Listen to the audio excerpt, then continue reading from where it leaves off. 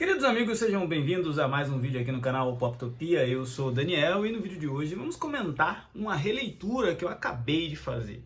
Durante muito tempo aqui no YouTube, o Supergirl do Tom King, A Mulher do Amanhã, teve apenas uma resenha e esta foi a resenha que eu fiz há alguns anos atrás, acho que 2 anos atrás. Isso foi lembrado inclusive pelo Matheus Lopes, o Matt Lopes, quando eu parei para pegar o autógrafo nesta edição, na mesa deles na CCXP, ele lembrou, ele falou, olha, você foi o cara que durante muito tempo foi o único que tinha resenha deste quadrinho. E isso se deu por conta de que essa HQ, ela foi lançada, pouco tempo depois foi comentado pelo James Gunn, que seria a base para a adaptação do filme da Supergirl, no universo DC que ele está produzindo. Isso fez com que o quadrinho se esgotasse rapidamente, né? Com essa dificuldade em encontrar a HQ, muita gente que gostaria de ler o material acabou não encontrando nas bancas, e isso era um dos quadrinhos, uma das reimpressões mais pedidas para Panini, né? Durante muito tempo eu mesmo pedi aqui, porque a edição que eu fiz, resenha inclusive desta HQ, naquela época eu tinha pego emprestado com um amigo, meu amigo Augusto. Ele tinha comprado e ele me emprestou, eu fiz a resenha, devolvi para ele, fiquei sem edição porque eu estava esperando entrar numa promoção para comprar, também não chegou nas bancas aqui, acabei ficando sem. Então, quando essa edição foi anunciada para a CCXP, eu entendi que seria uma oportunidade para eu fazer essa aquisição. Trata-se de uma edição com 280 páginas, a capa dura, né? Essa sobrecapa especial aqui, exclusiva da CCXP, mas já tem esse quadrinho em pré-venda agora no site da Panini, só não tá com esse detalhe em dourado, é a capa normal, e ele está custando R$ 159, mas neste momento tem um cupom que está acumulando aí, e você consegue pegar com um descontinho. No meu caso, eu consegui 20% lá no stand da Panini, aproveitei para poder pegar o autógrafo dos autores, então isso aqui foi comprado, né? E aí quando você compra aí no site da Panini, você não paga nada a mais, por isso ajuda a gente a ter um recurso aqui para comprar as edições e resenhar.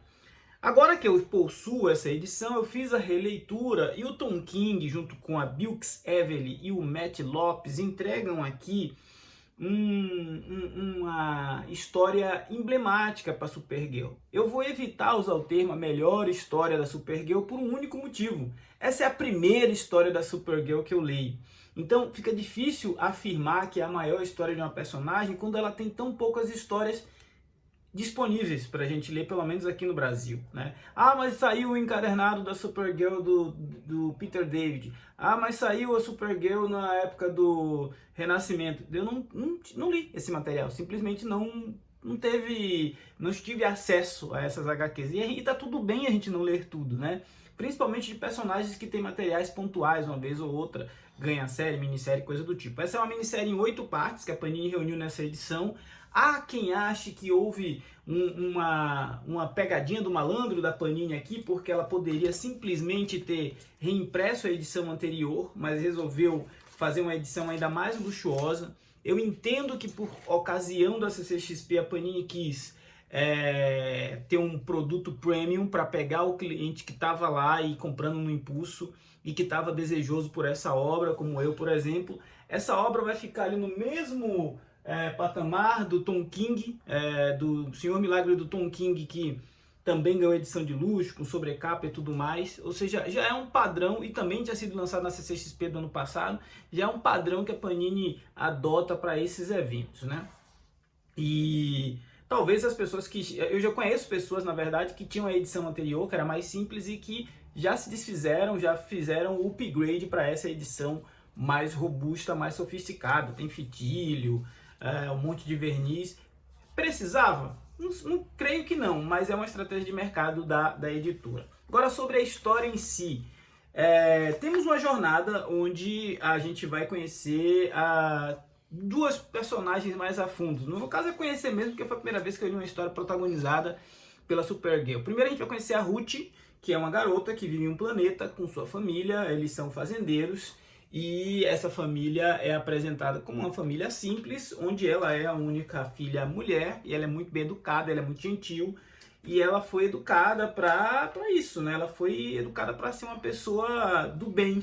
E o seu pai é assassinado e ela parte em vingança. Isso não é spoiler porque é a mola propulsora da trama, você vai descobrir isso nas 2 primeiras páginas.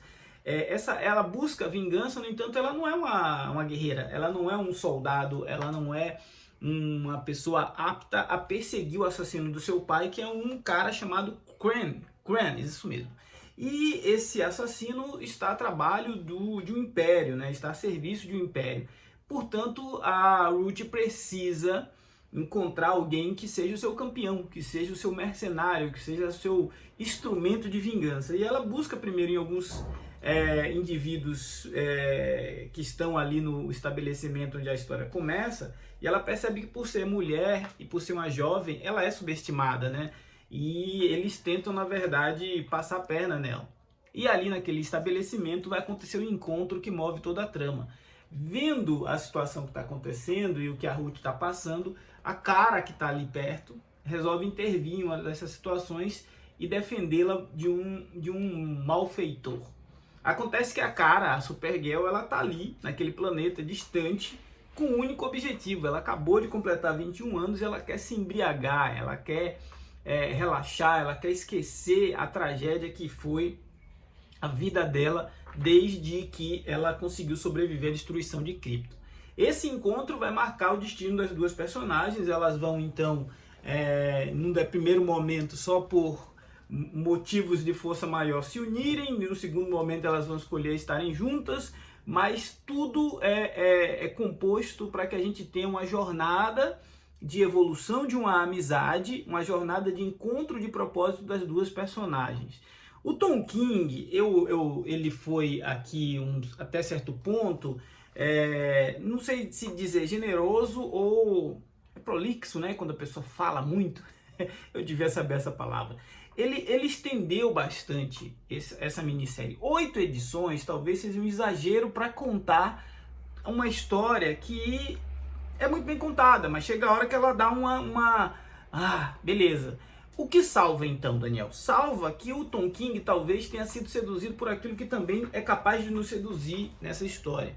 À medida que a gente mergulha no universo visual que a Bilquis Evely compõe, a gente vai desejando cada vez mais conhecer, ver e explorar a riqueza que ela coloca nessas páginas. São muitos detalhes, são muitas camadas, são muitas minúcias ali no cenário, são detalhes de atmosfera e de condições climáticas de planetas alienígenas que só se tornam palpáveis, possíveis de serem imaginados, porque a arte da Bilquis casa muito bem com as cores do Matheus Lopes. Então essa conjunção fez com que o Tom King fosse ali talvez se inspirando e estendendo uma história que era para ser uma grande aventurona, e o é na sua essência.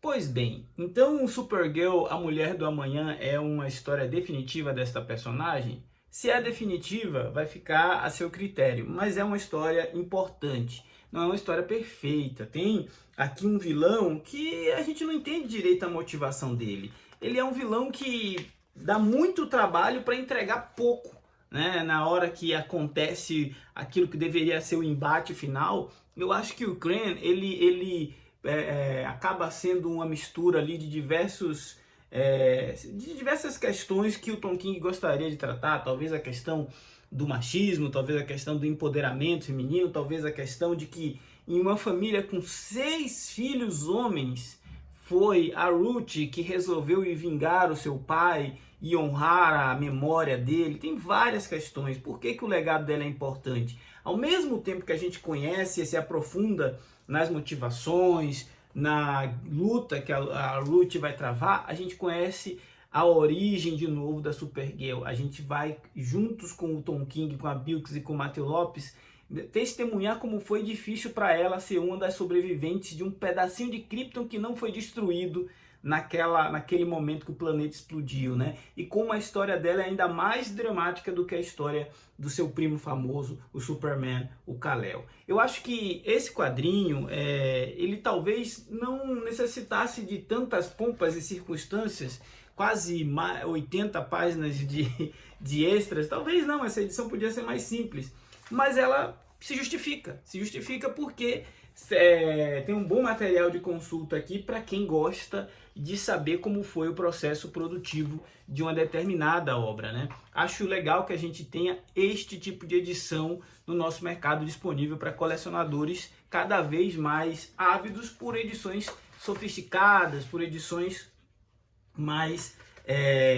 robustas, por edições mais caprichadas. É importante dizer que esse é o tipo de quadrinho que pode futuramente aparecer aí num DC de bolso. Pode aparecer no DC de bolso, pode aparecer em alguma outra coleção eventual que a Panini resolva lançar como material aí até mais acessível, com uma capa cartão e tudo mais. No entanto, o que vale é te dizer que a história é muito boa, a arte é espetacular e no final eu acho que se você gosta de uma boa aventura de super-herói, independente se é Marvel ou se é DC, você vai curtir essa Supergirl, a mulher do amanhã, do Tom King.